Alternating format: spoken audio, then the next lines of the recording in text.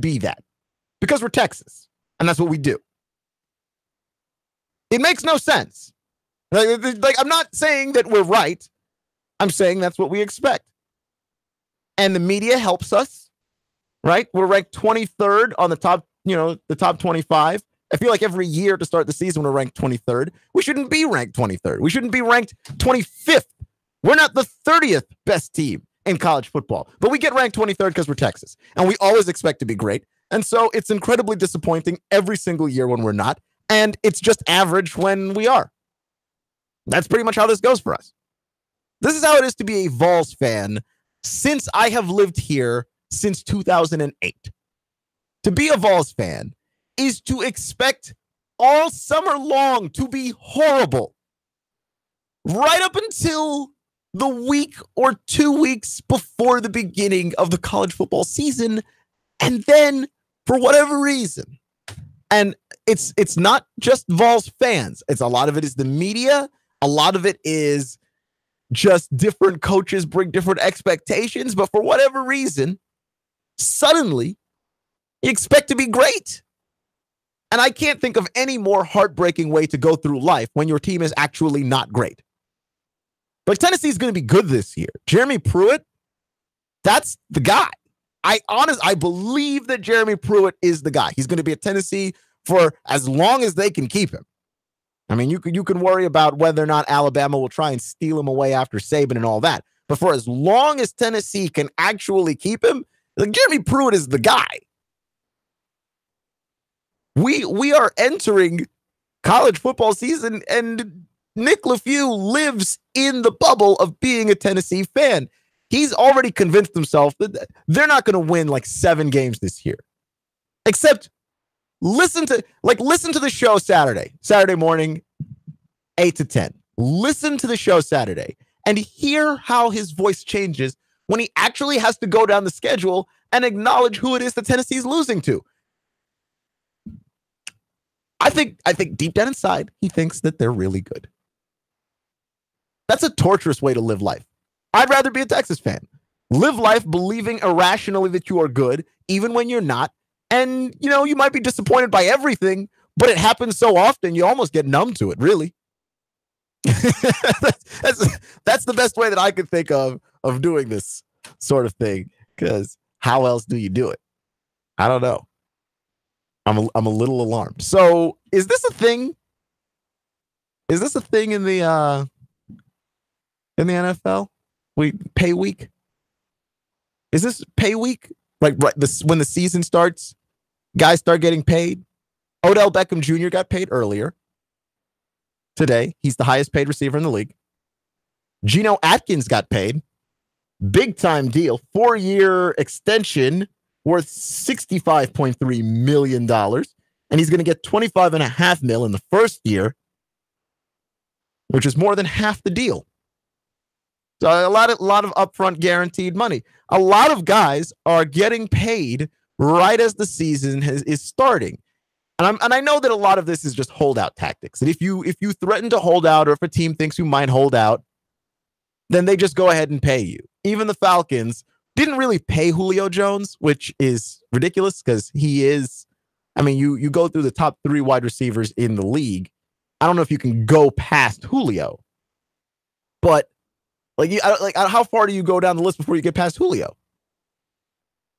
In no particular order, my top 3 is Odell Beckham Jr., Julio Jones, and then I don't take your pick at whoever's next. I like DeAndre Hopkins personally. I think that guy's wildly underrated. But I just don't know if I would make Odell Beckham Jr. the highest paid receiver in the league. It doesn't seem to make a ton of sense, just in the light of we don't know what we're going to get from Odell. I know what we're going to get from Odell inside the lines. You're going to get a guy that is incredibly hardworking, that's incredibly talented, is a nightmare for defenses, supercharges your offense. You're going to get that. I understand that bit. The part that I don't understand is the bit where, we may or may not have seen Odell Beckham Jr. with a powdery substance in a bathroom that may or may not have been cocaine. I don't know. But from what I understand cocaine to look like, that looked like cocaine. Well, we haven't really addressed that issue. We haven't addressed a lot of the character concerns of Odell Beckham. And to me, when it comes to a wide receiver, I don't mind a guy who's flamboyant. I don't mind a guy who's a little bit wild, loves to talk. But when we start to get to this guy gets in trouble off the field and it might affect on the field, that's where I get a little bit scared and a little bit worried. I have to think that the Giants found a way to mitigate that, like find a way to explain that away to themselves to write this check. I'm a big wide receiver guy. I know that the stats and the data and the numbers say generally like don't overpay wide receivers, but I just think having a guy who is a human home run bat, someone who has the ability to rip the entire top of a defense, if you ever make the mistake of going into cover one, right, there's a single high safety, you're going to be murdered by Julio Jones. You don't have a choice. Like, he actually restricts what kind of defenses you can play. The amount of pressure getting to the quarterback actually can't be as high if you are playing against Julio Jones, against Odell Beckham, against DeAndre Hopkins. Like, these guys are game-changingly good. Game-changingly good. I'm a big receiver guy, but Julio doesn't get into off-the-field problems. So when it's time to pay Julio, in my mind, it's a no-brainer. Even when I look at a guy like Dez, who is still somehow not on a team, Dez seems to have turned himself around. I wouldn't have backed up the Brinks truck for Dez 5 years ago, but I'd pay Dez now. He's matured. He's older. He seems to have figured it out. Like, I wouldn't have paid Dez when he first got in the league like that, but I'd pay Dez now. I would. I don't know if Odell Beckham Jr. is worth it now because I don't know what the character concerns are. I have to think that the Giants worked that stuff out before they paid him, because that's the kind of organization that they are. They are a pretty well-run organization overall. So when you're that kind of organization, you don't just frivolously throw money wherever. You have to think that they've ironed out some of these kinks. I just find it fascinating that they did actually make him the highest paid wide receiver in football. Because Odell's worth the price of admission. I can understand why you'd give him all that money. I just hope that you've ironed out all the concerns first.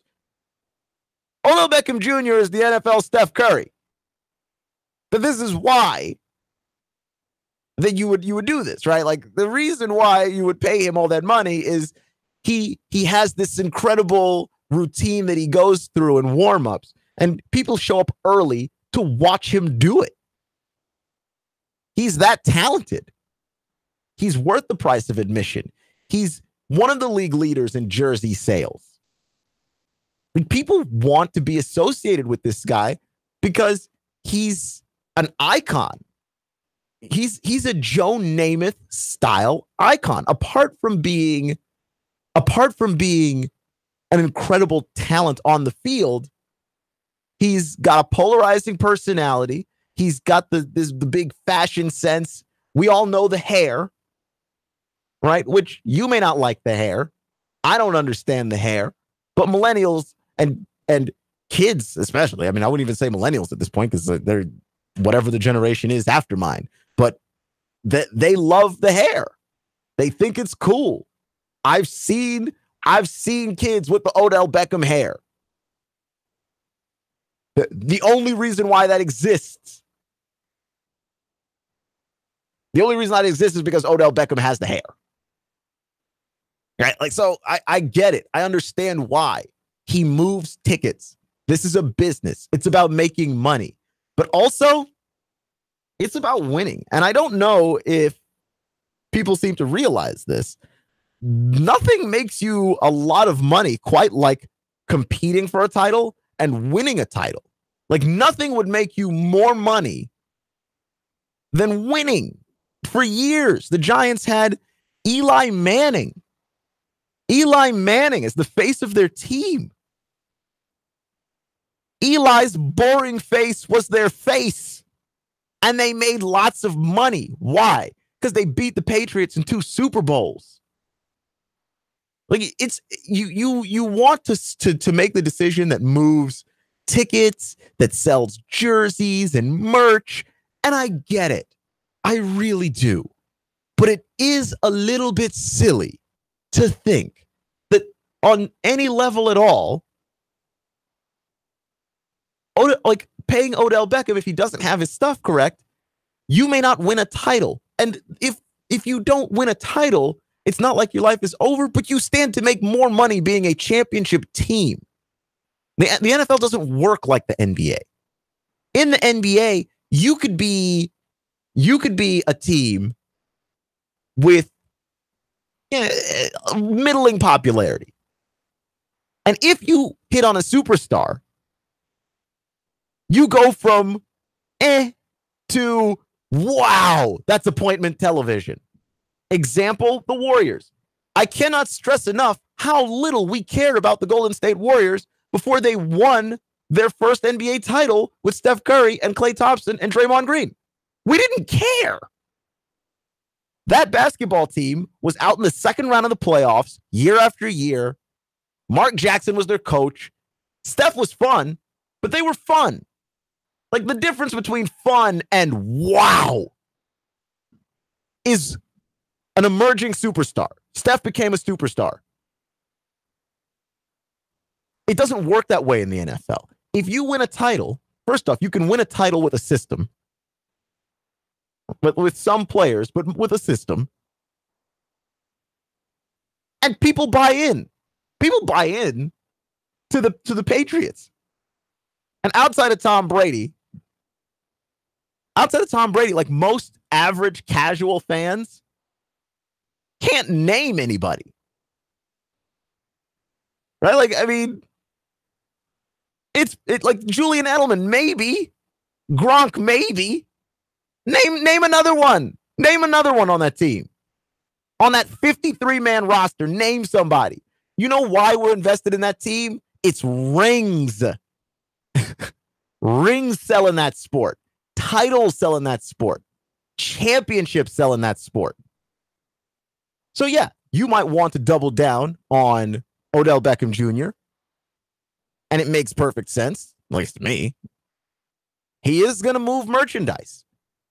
Right? He'll move bobbleheads and jerseys and tickets, and people will show up early to watch him do his warm-ups. But you know what else? You know what else could really move something? A Super Bowl. A Super Bowl could move stuff because 4 years, the boring face of Eli Manning was the face of that team, and they moved tickets because they were winning. Or at least were a threat to win. You don't have to be fun. We like it. It makes for better documentaries. It makes for better NFL films, mic'd up. When Richard Sherman's on your team. You know, I mean, it does. When Odell's on your team. But if your team is boring and you win a title while being boring, and the Patriots have done this many times, and the Giants did it twice. If you can win a title while being boring, that sells tickets too. And in that sport, that's almost more important. A superstar is not going to save you. So if they haven't ironed out all the issues, if they haven't worked out all the problems with Odell, they've made him the highest paid wide receiver in the NFL, and they will have done so for no good reason at all.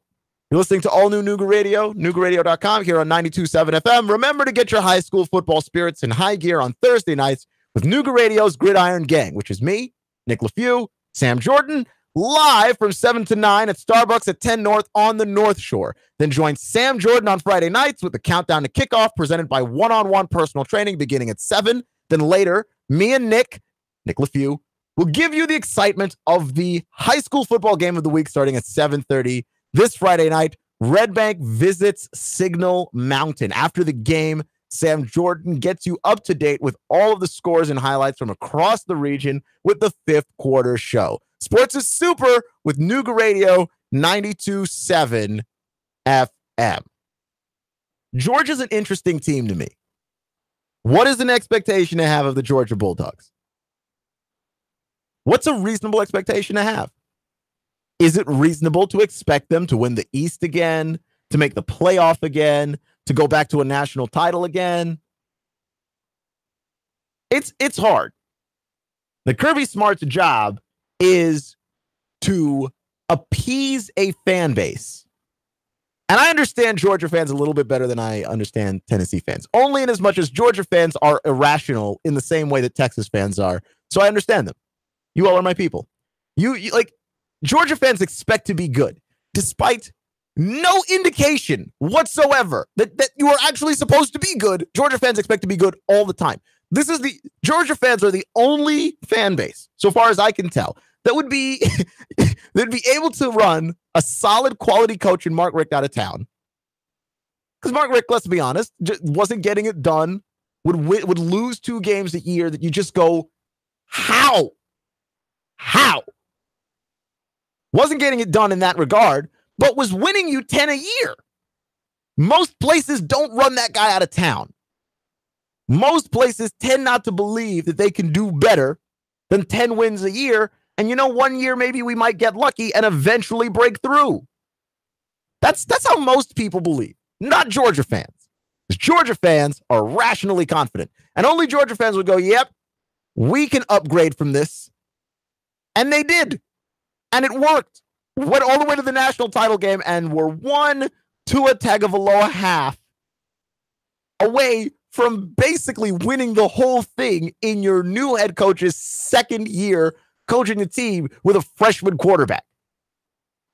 And now they have a lot to replace. They don't have Chubb. They don't have Michelle.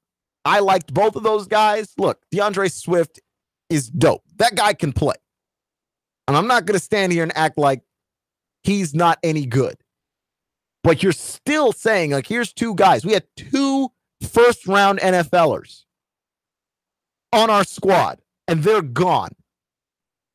I think you're going to have to ask a lot more of Jake Fromm. Can he do it? He was more game manager than game winner.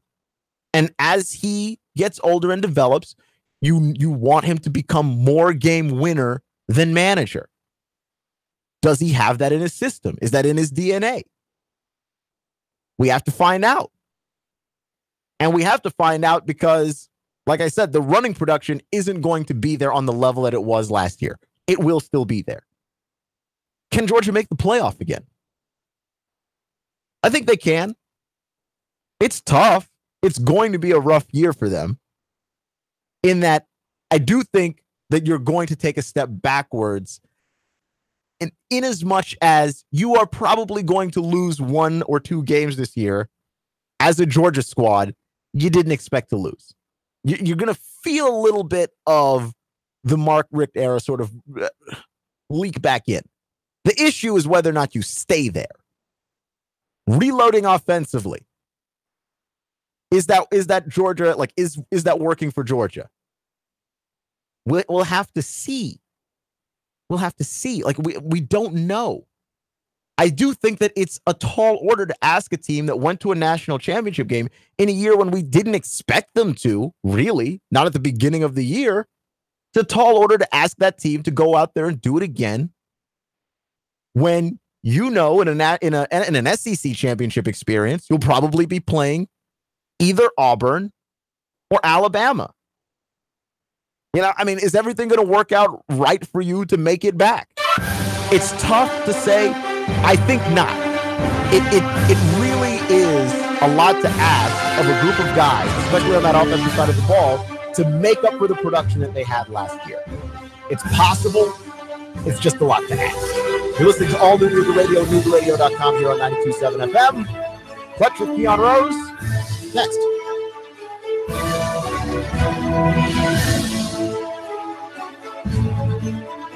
Traffic, news, and information. Nuga Radio. Digital FM 95.3 HD4 and 92.7 FM. 3, 2, 1. Chattanooga Radio. Digital FM 95.3 HD4. 92.7 FM's news now. The Hamilton County Sheriff's Office confirms one person has been taken to a local hospital after a shooting that took place near Bluebell Avenue in Ooltewah. The victim suffered what appears to be non-life-threatening gunshot wound. Personnel from the Chattanooga and Collegedale police departments are investigating the incident, though the exact location of the shooting is still being determined. Dade County Sheriff's Office is asking the public for a proper homecoming for injured Officer Major Tommy Bradford, who lost his leg in the line of duty when he was laying spike strips across a road in an attempt to stop a woman who deputies from DeKalb County, Alabama, were chasing. The Dade County Sheriff's Office posted on their Facebook page saying Major Bradford and his wife Marianne are coming home Wednesday morning. The DCSO is asking the public to line the streets to show their support between 10:30 and 11 a.m. Weekday mornings from 9 to 11, it's the Glenn Beck Radio Show on Nooga Radio. Val St. John for Nooga Radio News Talk 92.7 Action News now. Chattanooga Morning News with Russ and Val. Weekdays from 6 to 9 a.m. on Nooga Radio, 92.7 FM. Chattanooga weather. 60 clear skies to continue through your nighttime. Warm, muggy. Overnight lows only 70 to 72. Now for your Wednesday, another hot, humid day. Highs 88 to 90. A few isolated afternoon showers and storms, though, will pop up with scattered showers and storms a little more likely later Thursday. For lunch or dinner, come to Guthrie's, home of the original Golden Fry delicious chicken finger with their special world-famous sauce. Open daily. Locations in Trenton, Signal Mountain, and Ringgold. Go get Guthrie's. It's always good. And I'm Snore G12 Chief Meteorologist Patrick Moore. Nooga Radio 92.7. I got my business up and running, and it's already expanding. I got lucky. Lucky because I found Signal Voice and Data. Signal Voice and Data can incorporate all of my business information sharing and communications seamlessly, keep my costs down, and let me work more productively with endless connectivity no matter where I might be. That's called working smart, not hard. Go to signalvoicetn.com and bring the future of communication to your business today. signalvoicetn.com. Hey, dude, check this out. Have you ever seen one so big? Whoa, look at the size of that. Look at this little itty-bitty one. Wow, that's really small. They have them big, small, and everything in between. You'll always find the biggest variety of knives at the knife shop at Frost Cutlery in Ooltewah. We're talking about over 40 brands of knives, including Benchmade, WR Case & Sons, Booker, and all the Frost Cutlery brands. Now, Sam, you've been to the cutlery shop.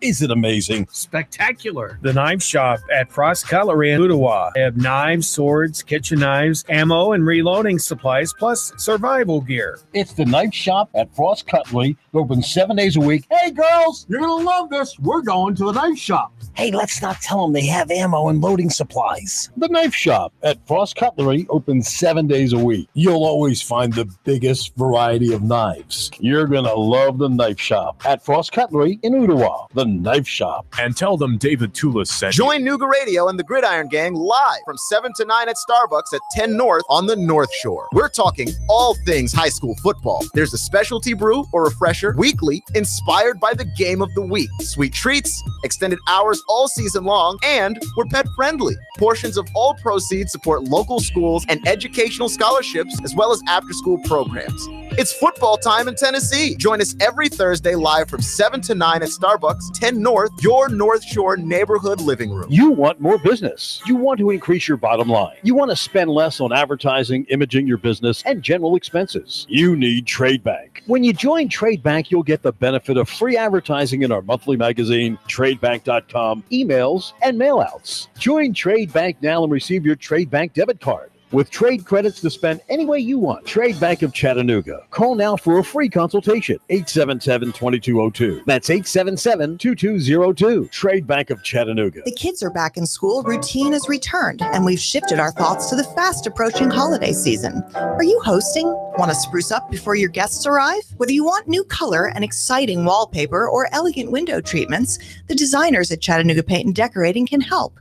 With brands like York, Tebow, Graber, and Carroll, we know you'll find something you love. Stop by Chattanooga Paint and Decorating today. It's really more than just a paint store. On Hicks and Pike, across from Valvoline, or online at ChattanoogaPaint.com.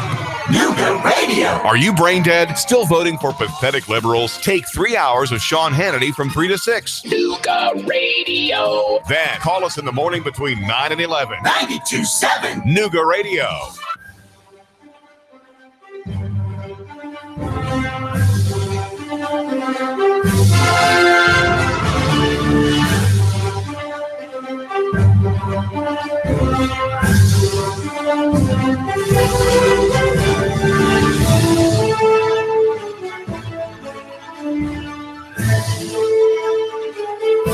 Hello, Chattanooga. Thank you for joining me today, making me just a small part of your day. You know that I appreciate you. So here's the thing. Here's a quote. I was talking earlier about Odell Beckham Jr. He's now the highest paid wide receiver in the NFL. Isn't that great? And look, he is the actual best wide receiver in the NFL, just in terms of pure physical talent. Pure physical talent. That guy's a freak. He's done things catching the football, like that one-handed catch that made him famous. I've never seen anything like that. It was a fingertip grab of the nose of the football. His hand was behind his head. He was falling. I mean, it just, the whole thing was just comically, you couldn't design a guy like that in a video game to do something like that. All right? Like, it's insane. But I just think it's crazy that he's the highest paid receiver in football, given all the stuff surrounding him as an athlete. Like, just oh, look, the mentality. Does he have it? Does he have the desire to play? Does he have the will to win? Is he going to stay out of trouble off the field? All of that stuff. Look, man, I don't know that this is a good idea. And then I read a quote from John Mara, the owner of the Giants, that really highlights to me how bad an idea this is. Right? Here's the quote that I read. He said, Odell Beckham Jr. is an emotional guy, and he hopes that those emotions are kept in check and that Odell doesn't do anything that's going to, quote, embarrass him or us. Then he also said that he's matured quite a bit and that some of the, quote, other stuff is in the past, and that he thinks that Odell will be the kind of player and citizen they expect. So words that I heard in this quote that bother me are he hopes and that he won't do anything that's going to embarrass him or us. It's a very specific thing to desire not to happen. It would be like if I said, well, I hope that after this show, an airplane doesn't just land on me. I really do hope that. But I kind of hope that all the time. You don't consciously think about something that's highly unlikely that's going to happen unless you're fairly certain it's going to happen. It sounds to me like John Mara is fairly certain that Odell may do something that'll embarrass him or embarrass the organization, that Odell has matured, and that he just hopes that Odell will be good now. He just hopes. Okay. If that's how you want to do it, the prayer defense, it's not a great defense, but you are allowed to do it if that's what you want. The prayer defense, I play pickup basketball every week, every Sunday. And there's always that guy that doesn't play defense and will run out and you just yell and shout and wave at the shooter. And if that guy's a good shooter, guess what? That's not going to do anything. That's the prayer defense. You just pray that it doesn't go in. That's usually what happens when you end up guarding Steph, right? Like the prayer defense. Just I hope he misses that. John Mara is making Odell Beckham Jr. the highest paid wide receiver in the league. And his way of stopping him is the prayer defense.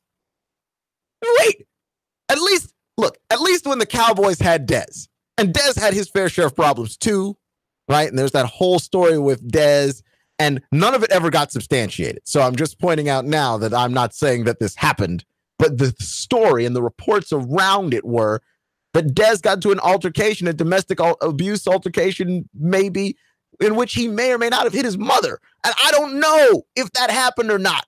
But the Cowboys gave Dez Bryant an entourage. And they said, everywhere you go, these people are going to. And they're going to keep you out of trouble. And if you do something stupid, they're going to report to us. That was the Cowboys' way of mitigating the head case that Dez Bryant could sometimes be. The Giants don't seem to have a plan for mitigating the head case that Odell Beckham Jr. can sometimes be. You can't have this as a problem. Look, they talk about artists. Artists are the people that are most prone to depression and to having a lot of mental issues. I view wide receivers as those kinds of people. It takes a specific kind of guy to want to take over the game, because you do want that from your star players. We judge everybody by this standard. If you're going to be a star, if you're going to be a Hall of Famer, if you're going to be one of the greatest, you have to have the mentality that you want to take over the game. But if you're a wide receiver, you don't have the ball in your hands all the time. You rely on somebody to get it to you. You could run a great route. You could be wide open. You could be fast. You could be as open as the day is long. If you don't have a guy who can get you the ball, your entire existence is frustrated. So the mental aspect of what it takes to be a wide receiver, this is why so many wide receivers wind up being me guys. Because when you're open, you don't have but maybe 3 or 4 opportunities to really take over a game. You absolutely have to capitalize. You don't have a choice. That's just part of the job description. So you have these wide receivers that are me. Why? Because I only have 3 or 4 opportunities, and when I have my opportunity, you better give me the football, right? What did Keyshawn Johnson say? Give me the damn ball. So Odell Beckham Jr. is a wide receiver. You already have to account for that. He's an incredibly talented wide receiver. You already have to account for that. But the fact of the matter is, he's an emotional guy. He lets his emotions run out of check. And I would have thought that the Giants would have had some kind of plan, because I don't know about you. I don't have millions of dollars. But if I did, and I had to give it to somebody to do a job, I need you to be perfect, or as close to perfect as I can get you. And if I can't get you to be perfect, then I need a plan. I need some kind of situation so that you can do you, and I'll be able to keep tabs on you. I'll be able to do whatever it is I need to do to make sure that you're doing everything correctly, to make sure that you're not causing any problems that will backfire, embarrass you, and most importantly, embarrass me.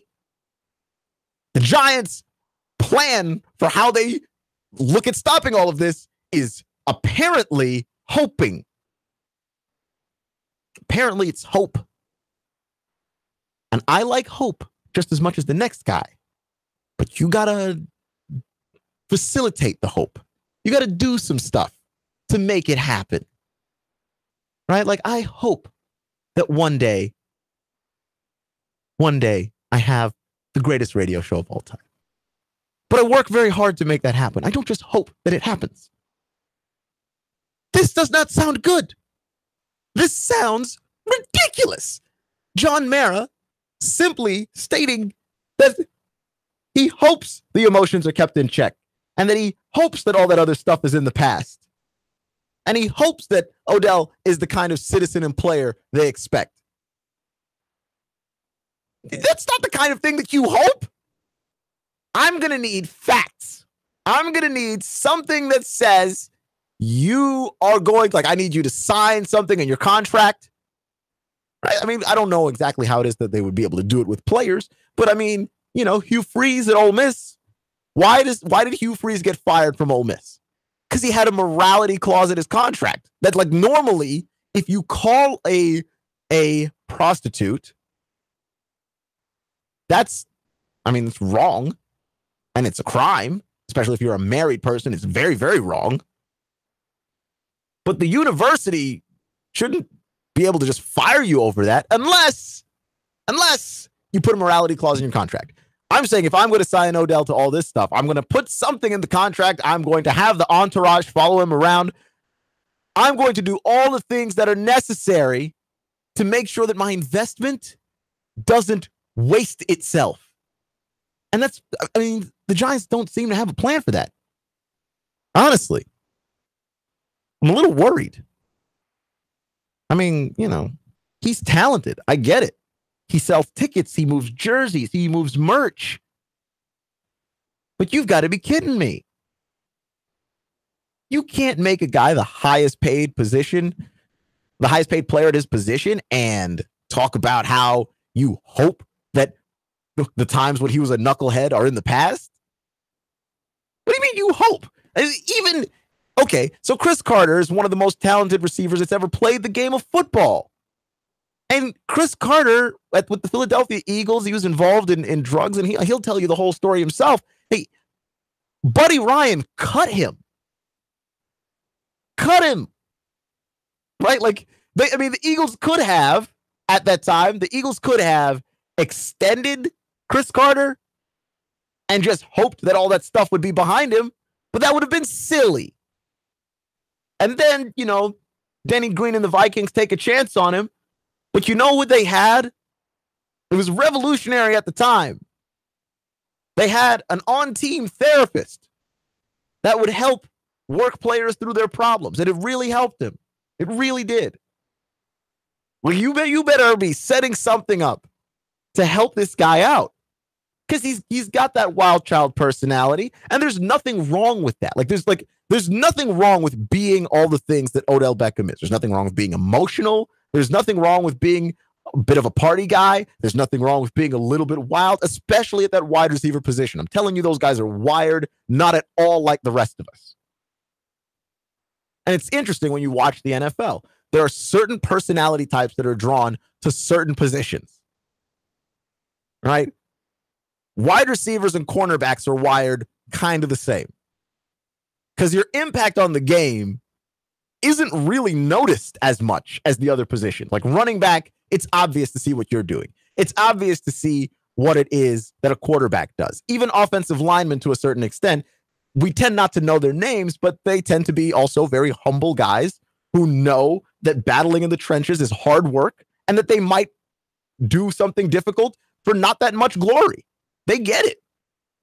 It takes a certain guy to be an offensive lineman. You got to be kind of selfless.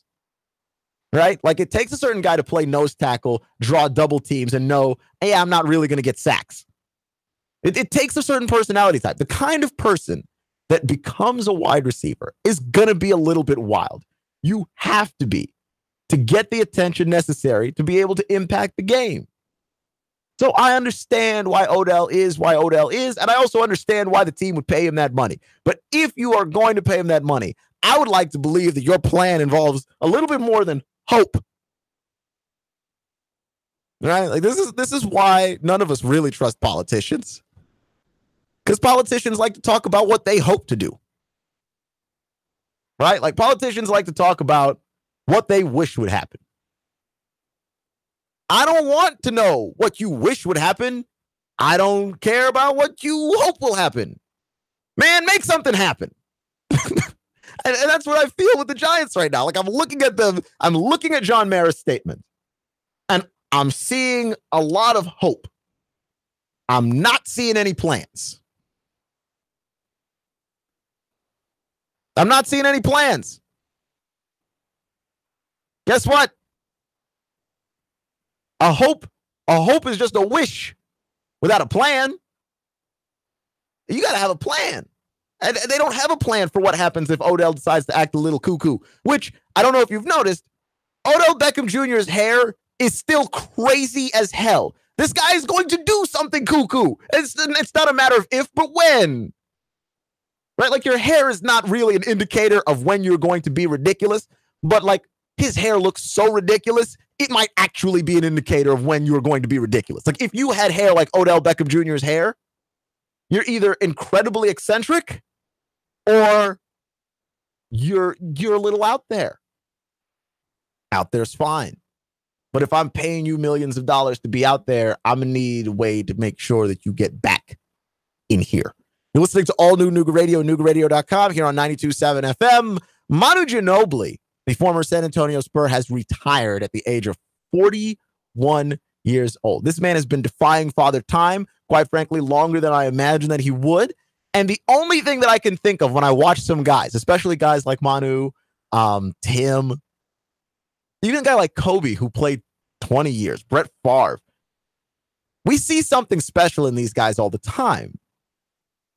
And I know that we think in sports, we see stuff and we go, man, no one is ever going to break that. No one's ever going to break that, right? Like, we looked at the Bulls winning 70, 71 games, and you go, well, come on, man. Like, no one's breaking that. And then the Warriors break it.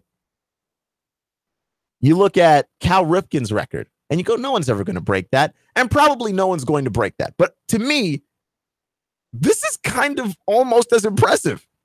Being able to play basketball till you're 41 years old at an elite level. I mean, he made the playoffs last year as a 41-year-old. He had an amazing, what was it, a 16 or 17-point fourth quarter last year in the playoffs at 40? I mean, who's doing this? Even a guy like Vince Carter, who is apparently just an ageless wonder, can continue to play basketball as long as he wants to. He's with Atlanta. I mean, Atlanta's not going to make the playoffs. But every now and then, Vince Carter does something that just boggles the mind. Like, I don't understand where there's gas left in the tank for this guy to be doing that. Other than he's a freak of nature. But when you think of Manu Ginobili, you really don't think of Manu as being as freaky athletic as Vince. Right? And Manu definitely played a dynamic game. So he shouldn't have had the longevity that like even Tim Duncan was able to have. Because Manu Ginobili came into the NBA a little bit older. But Manu'd been playing professional ball forever. Right? He played all up in Europe, played in Argentina. And this is, of course, not accounting for the fact that he played in the national teams. He is a non-American basketball player who won the gold. Right? Like, you remember the years where the U.S. just like stopped caring about basketball, and we didn't send our best guys, and we didn't send our best players, and we didn't send teams that were even a fit with one another. And then we got bronze, and then we had to send the redeem team. You remember that? Because I remember that. Manu Ginobili won gold the year that the U.S. decided that they didn't care that much about basketball. And I'm telling you, that's an incredible career. This guy's been playing professional basketball for so long. I mean, you basically have to go back into a history book to find when he first started. And it's not like he fell off and he was just riding the bench forever near the end. This is a guy who played basketball at an incredibly high level, and he did it the entire way to the end. Yeah, he had to play fewer minutes, obviously. This happens to all of us. But to be able to play until you're 41 years old, I can appreciate that. I can respect that. I think that everybody should play as long as they can find someone who will allow them to. Right? Like, if Brett Favre wanted to come out of retirement right now and he wanted to play and someone would let him, I'm all for it. And the reason why I'm all for it is because I just think you're going to get to a point where you definitely can't. You definitely can't. You get old, and then you really can't. Your body simply will not allow you to. And at that point, you're going to regret not playing as long as you could, not going for it as far as you can go for it. You're going to regret it. So I always respect it when guys play even to the end, even when they're terrible. But I respect it even more when you play to the end and you're not terrible. And on top of not being terrible, you're pretty fantastic. Yeah. Manu Ginobili. That guy's a legend. You're just not going to see too many guys like that. Like, he's still playing the game the way that he did when he entered the league. In fewer minutes, sure, but he was still playing it at a high level. And it's funny because, like, to me, you don't get James Harden without Ginobili. Ginobili was the original Harden. Let's take a look at this, shall we? They're both left-handed. They both flop a ton. They both shoot the three or drive to the basket. James could dunk more than Ginobili ever did. But Ginobili's still a great finisher at the rim. And both of them pesky defensively. James Harden is a better defender than he gets credit for. Granted, he's lazy. And Ginobili's not lazy. So there's that. But in terms of I'm going to the basket, I'm drawing a foul, or I'm finishing, or I'm shooting a three, Manu Ginobili was James Harden before James Harden was James Harden. And there's a lot that you can respect about a guy who does that.